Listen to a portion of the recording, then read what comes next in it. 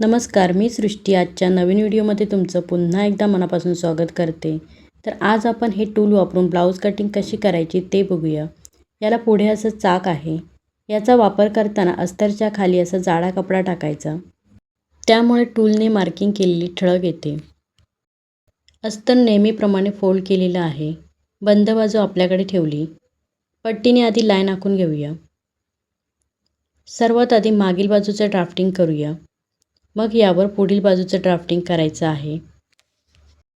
ब्लाऊजची तयार उंची आहे 12 इंच. त्यात 1 इंच मागील बाजूसाठी घेऊन अजून यावर अर्धा इंच पुढील बाजूसाठी घेऊया. पट्टीने दोन्ही लाईन सरळ आखून घेऊया. ही मागील बाजूची लाईन आणि ही पुढील बाजूची लाईन आहे. शोल्डरची लाईन आखून घेऊया. शोल्डर आहे 11 इंच. शोल्डरचे निम्मे 5.5 इंच. मुंडाखोली 6 इंच घेऊन इथून शोल्डर एवढंच खाली घेऊया आणि मुंड्याची लाईन सरळ आखून घेऊया. चौथी छातीचा चौथा भाग 8.5 इंच. त्यात 2.5 इंच शिलाई पट्टीने आखून घेऊया. कंबर आहे 28 इंच. त्यात 2.5 इंच शिलाई आणि 1 इंच मागील टक्ससाठी पट्टीने शिलाई आणि टक्स आखून घेऊया. आता मुंड्याला शेप देऊयात. अर्धा इंच आत तिरपी रेषा आखून घ्यायची. 1 इंचावर पुढील शेप आणि 1.5 इंचावर मागील शेप येईल. मागील शेप बाहेरील लाईनवरून द्यायचा आणि पुढील शेप आतील लाईनवरून द्यायचा. गळा रुंदी 2.25 इंच घेते. गळा उंची 9 इंच आहे. खालून 3 इंच गळा रुंदीला घेऊन बॉक्स आखून गळ्याला गोल शेप देऊयात.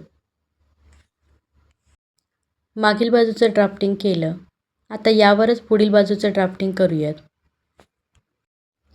पुढील गळा आहे 6.5 इंच. गळा रुंदी 2.5 इंच घेऊन बॉक्स आखून गोल शेप देऊयात. योकपट्टी आखूयात. योकपट्टी या लाईनपासून घेऊया. दोन्ही साईडला 2.5 इंच घेऊन पट्टीने सरळ लाईन आखून घेऊया. हुकाय पट्टीकडून 1 इंच वर घेऊन योकपट्टीला शेप देऊयात.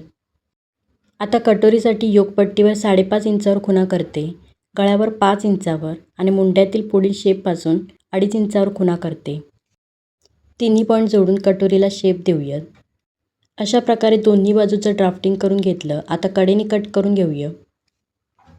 बाजू कट करून घेतली. आता या बाजूवरील पुढील बाजूचे भाग टूलचा वापर करून कसे काढायचे ते सांगते. सर्वात आधी साईड पार्ट आखून घेऊया. साईड पार्ट जिथे ॲडजस्ट होईल तिथे ठेवून टूलने साईड पार्टवर मार्क करून घेऊया. टक्सचा भाग सोडून फक्त साईड पार्टवर टूल फिरवून घेते.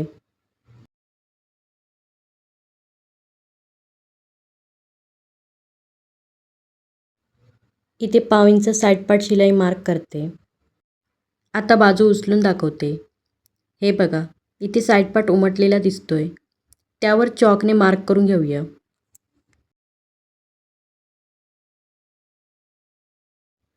अशाच प्रकारे कटोरी पण काढून घेऊया. कटोरी अशी क्रॉस कपड्यावर ॲडजस्ट करून ठेवायची. कटोरी दोन्ही बाजूने वाढवायची आहे तशी ॲडजस्ट करून ठेवायची.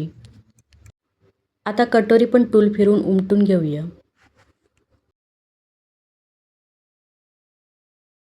हे बघा, कटोरी आहे तशीच खाली उमटलेली दिसते. चॉकने डार्क करून घेऊया. या टूलमुळे इथे कटोरी वाढवायला एक्स्ट्रा कपडा लागायचा तो लागत नाही आणि कमी कपड्यात पूर्ण ब्लाऊज कटिंग करून होतो. आता नेहमीप्रमाणे कटोरी वाढवायची आहे. इथून 1.5 इंच, इथून 1.5 इंच, इथे 1.5 इंच पॉईंट जोडून घेऊया.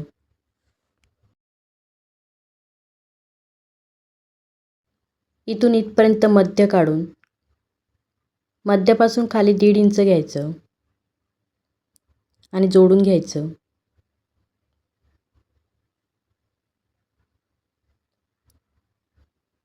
दोन्ही बाजू सारख्या करून घ्यायच्या. त्यानंतर योकपट्टी पण तशीच ॲडजस्ट करून टूल फिरून मार्क करून घेऊया.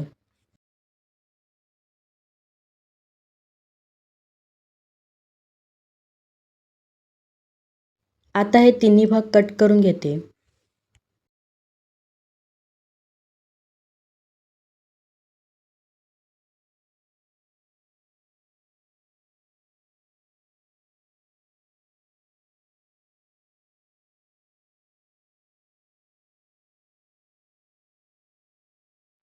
उरलेल्या कपड्यात हाताचं कटिंग करून घेऊया.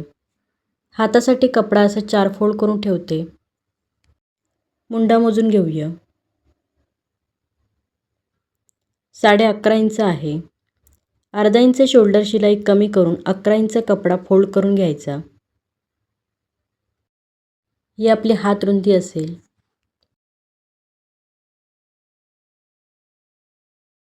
हाताची तयार उंची आहे 6 इंच. त्यात 1 इंच शिलाई घेते. पुढे पण 7 इंच खुणा करून सरळ लाईन आखून घ्यायची.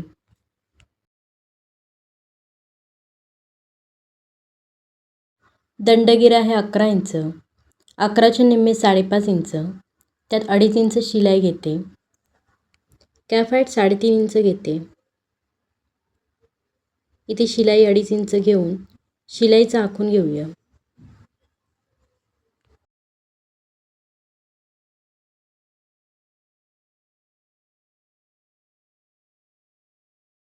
इथे 2 इंच सरळ घेऊन हाताचा शेप देते. पुढील शेप हा असा आत देऊन हात कट करून घेऊया. मागच्या बाजूमध्ये पुढील बाजूसाठी घेतलेला कमी करून घेऊया.